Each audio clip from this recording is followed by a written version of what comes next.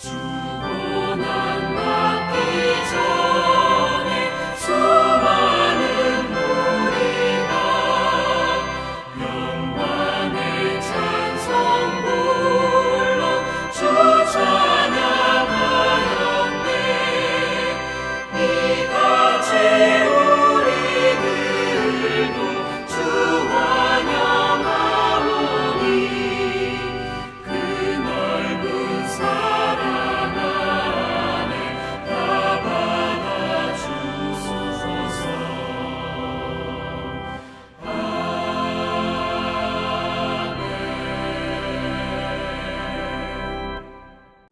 오늘 우리에게 주신 하나님의 말씀은 누가복음 19장 28절부터 40절의 말씀입니다.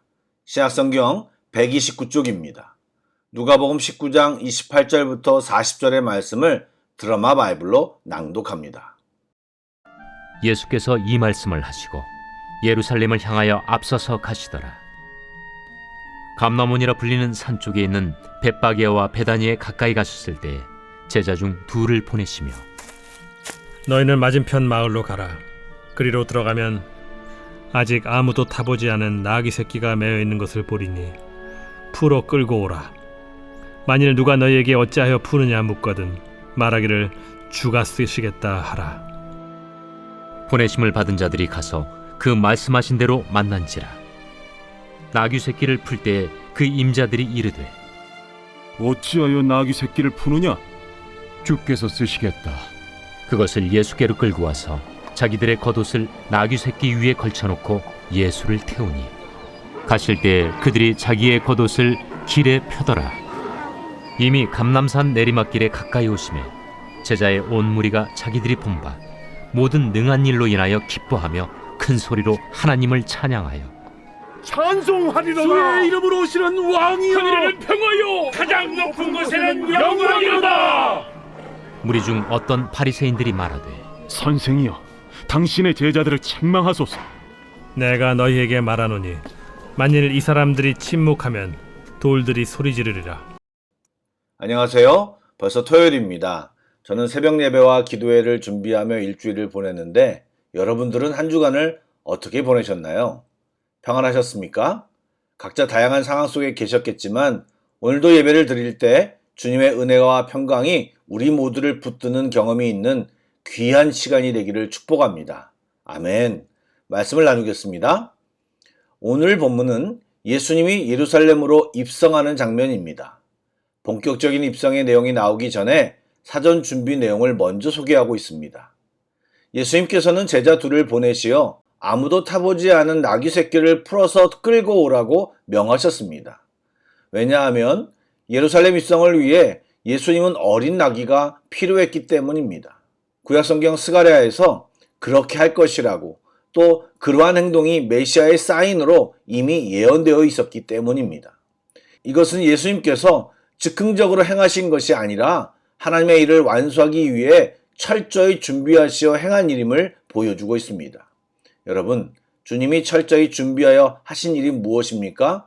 바로 아무도 타보지 않은 나귀 새끼를 타고 예루살렘으로 입성하는 것입니다. 그리고 이후 이루실 놀라운 구원의 길입니다. 이러한 행동을 하신 예수님을 바라보며 우리는 두 가지 정도 곰곰이 생각해야 합니다. 여러분, 예수님은 하나님이십니다. 자기 마음대로 하실 수 있는 전능하신 하나님이십니다. 그러나 예수님은 성부 하나님의 뜻을 이루기 위해 철저히 오래전에 예언된 말씀조차 일일이 모두 이루시며 끝까지 순종하시었습니다. 자신의 뜻과 의견을 하나님께 전달하기도 했지만 철저히 하나님의 말씀에 순종하며 그 뜻을 이루셨습니다. 그래서 예수님은 만유의 주님이 되신 것입니다. 여러분, 예수님을 뒤따르는 우리들, 하나님의 사람들은 하나님의 말씀에 순종하며 사는 사람들입니다. 자기를 드러내는 사람이 아니라 우리의 삶을 통해 하나님이 드러나야 합니다. 소위 사역적으로 성공했다거나 신앙이 좋다라고 인정받는 사람들이 자주 실수하는 것이 자신을 드러내고 자기 업적을 자랑하며 자기의 능력을 보여주려고 하는 것입니다. 그러나 예수님은 끝까지 하나님께 순종하셨고 하나님의 말씀을 따라 사셨고 그 말씀을 이루셨습니다. 이렇게 예수님처럼 순종하며 사는 삶이 그리스도인의 삶인 것입니다. 또 조금 다른 관점이지만 이러한 예수님과 하나님 말씀 속에서 우리가 알 수 있는 것은 하나님께서는 전능하신 분이시지만 하나님이 하신 말씀에 제한을 받으신다는 것입니다. 무슨 말씀이냐면 당신이 하신 말씀은 꼭 책임지시고 이루신다는 말씀입니다. 우리는 말 다르고 행동 다르지만 하나님은 말과 행동이 언제나 동일하십니다. 그러므로 우리는 하나님의 말씀을 허투루 받거나 소홀히 여겨서는 안 되고 주님의 명령과 말씀을 붙들며 살 때 우리는 주님께서 그 말씀에 합당한 약속을 지키시고 함께 하심을 보게 되는 것입니다. 신앙생활하며 이것을 꼭 잊지 말아야 합니다. 두 번째는 예수님은 진정한 왕이시지만 세상 왕들과 다른 겸손과 평강의 왕이시라는 것을 보여주고 있습니다. 그뿐 아니라 그분의 나라는 무력과 권력에 의해 이루어지는 세상 왕국과 전혀 다른 나라임을 우리에게 알려주고 있습니다. 주님은 군림하시는 왕이 아니라 섬기시는 왕이십니다. 온 세상을 통치하시는 분이시지만 우리 인간들을 사랑하시며 옆에, 아니 더 낮아지시는 왕이십니다. 범죄한 인간들을 품으시고 용서하시려고 몸소 인간이 되어 섬기시는 이런 주님의 모습을 보며 우리는 우리가 어떻게 살아야 할지를 곰곰이 생각해야 합니다. 말씀드린 대로 주님은 말만 하시는 분이 아니라 그분의 마음을 행동으로 보여주시는 분이십니다. 우리도 가족에게 또 이웃에게 또 복음을 모르는 사람들에게 탄식만 할 것이 아니라 이해하지 못하겠다고 말만 하는 것이 아니라 그럼에도 불구하고 묵묵히 겸손히 섬기시는 주님의 삶을 보고 우리도 배워 그렇게 살아야 할 것입니다. 여러분 제자들을 잘 보시기 바랍니다. 35절에 보면 나귀 새끼를 끌고 와서 자기의 겉옷을 나귀 새끼 위에 걸쳐놓고 예수님을 태웠다고 기록되어 있습니다. 예수님께서 어린 나귀 등에 올라타는 것이 그리 어렵지 않았을 것이고 특별히 제자들의 도움이 필요치도 않았을 것입니다. 그럼에도 지금 제자들의 도움으로 예수님이 나귀 새끼 등에 올라탔다고 기록한 것은 지금 제자들의 고조된 감정을 암시적으로 보여주고 있는 것입니다. 제자들만 그런 것이 아니라 지금 예수님과 함께한 무리들도 축제처럼 즐기고 있고 온갖 기대를 갖고 행동을 하고 있습니다. 이 부분에 대해 할 말이 많지만 종료주일에 말씀드리기로 하고 오늘은 한 가지만 집중해서 말씀드리려고 합니다. 지금 많은 사람들이 예수님을 향해 주의 이름으로 오시는 왕이여라고 외치며 찬양합니다. 길가에서 줄지어 서서 나무가지를 흔들면서 지나가는 나귀 새끼 앞에 겉옷까지 던졌습니다. 그들은 즐겁게 소리 높여 예수님을 왕으로 높입니다. 예, 여러분, 이와 같은 행동은 믿는 우리들에게 꼭 있어야 할 행동입니다. 왕이신 주님을 높이고 찬양하는 것, 그것은 우리의 존재 이유이기도 합니다. 많은 분들이 찬양이라고 하면 노래만 생각하는데 하나님을 찬양하는 방법은 굉장히 다양합니다. 지금 무리들처럼 소리쳐 찬양하기도 합니다. 그 외에도 박수치며 발을 구르며 손을 들고 찬양합니다. 물론 악기로 노래로 찬양하는 것이 보통입니다. 그렇게 하는 우리의 찬양은 그리스도를 선포하는 강력한 언어임을 잊지 말고 찬양하는 것에 힘써야 할 것입니다. 사랑하는 여러분, 하루의 시작을 찬양으로 시작해 보시기 바랍니다. 찬양을 듣고 부르는 것을 힘써 해보시기 바랍니다. 가정에 주로 계시는 가정주부시라면 집안의 찬양 소리가 울려 퍼지도록 노력해 보시기 바랍니다. 입으로 불러도 되고 악기를 연주해도 좋습니다. 그리고 그것이 힘드시고 자신이 없으시면 찬양 CD나 유튜브를 틀어놓고 찬양하시기 바랍니다. 여러분의 삶이 달라질 것입니다. 이제 뒤이어 나오는 내용도 집중해 보시기 바랍니다. 바리새인들은 무리의 찬양을 듣기가 어려웠습니다. 그들의 고백에 동의하지 않았으니까요. 그리고 그들은 예수님을 책잡아 죽이려는 마음을 가지고 있었기에 그런 찬양을 듣고 있을 수가 없었습니다. 찬양은 누구나 부를 수 있지만 믿음이 없으면 계속 마음을 다해 부를 수 없습니다. 찬양은 내 신앙의 한 표현 방법이기에 마음이 없으면 계속 할 수 없는 것입니다.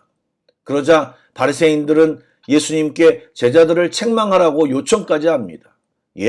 예수님을 메시아로 인정하지 않았고 인정하고 싶지 않았기에 그런 요청을 예수님께 한 것입니다. 그러나 예수님은 이전과는 달리 사람들이 침묵하면 돌들이 소리 질 것이라고 직접적으로 말씀하십니다. 이 말은 무슨 말입니까? 우리의 찬양이 합당하고 찬양할 것을 우리에게 요청하는 말입니다. 그동안 예수님께서는 때를 기다리시느라 돌려 말하고 피하신 적도 있지만 이제는 당당히 왕이심을 명확히 밝히고 마땅히 해야 할 것을 가르치고 계십니다. 즉 나는 그 찬양과 외침을 받기에 마땅하다라는 것을 이야기하신 것입니다. 예, 우리의 예수님은 만왕의 왕이십니다. 우리의 구원자이시며 우리의 하나님이십니다. 그분은 우리의 찬양을 받으시기에 합당하신 분이십니다. 지금 드리는 예배가 온라인 예배라 함께 찬양하기 어렵지만 그래도 오늘은 우리 주님을 마음껏 찬양하는 시간이 우리 예배 가운데 있기를 원합니다. 그래서 오늘 묵상할 찬양을 이 아침에 주님을 함께 찬양하고 높이는 노래로 골랐습니다. 소리내어 찬양하기 힘든 분이 아니시라면 소리내어 찬양에 동참하시길 요청합니다. 또 힘든 분이시라면 마음으로 찬양에 동참해 주시기 바랍니다. 먼저 기도로 말씀을 마무리하겠습니다. 사랑의 주님, 주님을 찬양합니다. 우리를 사랑하시어 피조물인 사람이 되어 이 땅에 오셔서 구원자의 길을 걸으시고 완벽히 구원을 이루시고 생명 주신 주님을 마음 다해 찬양합니다. 주님은 우리의 하나님이십니다. 주님은 우리의 구원자이십니다.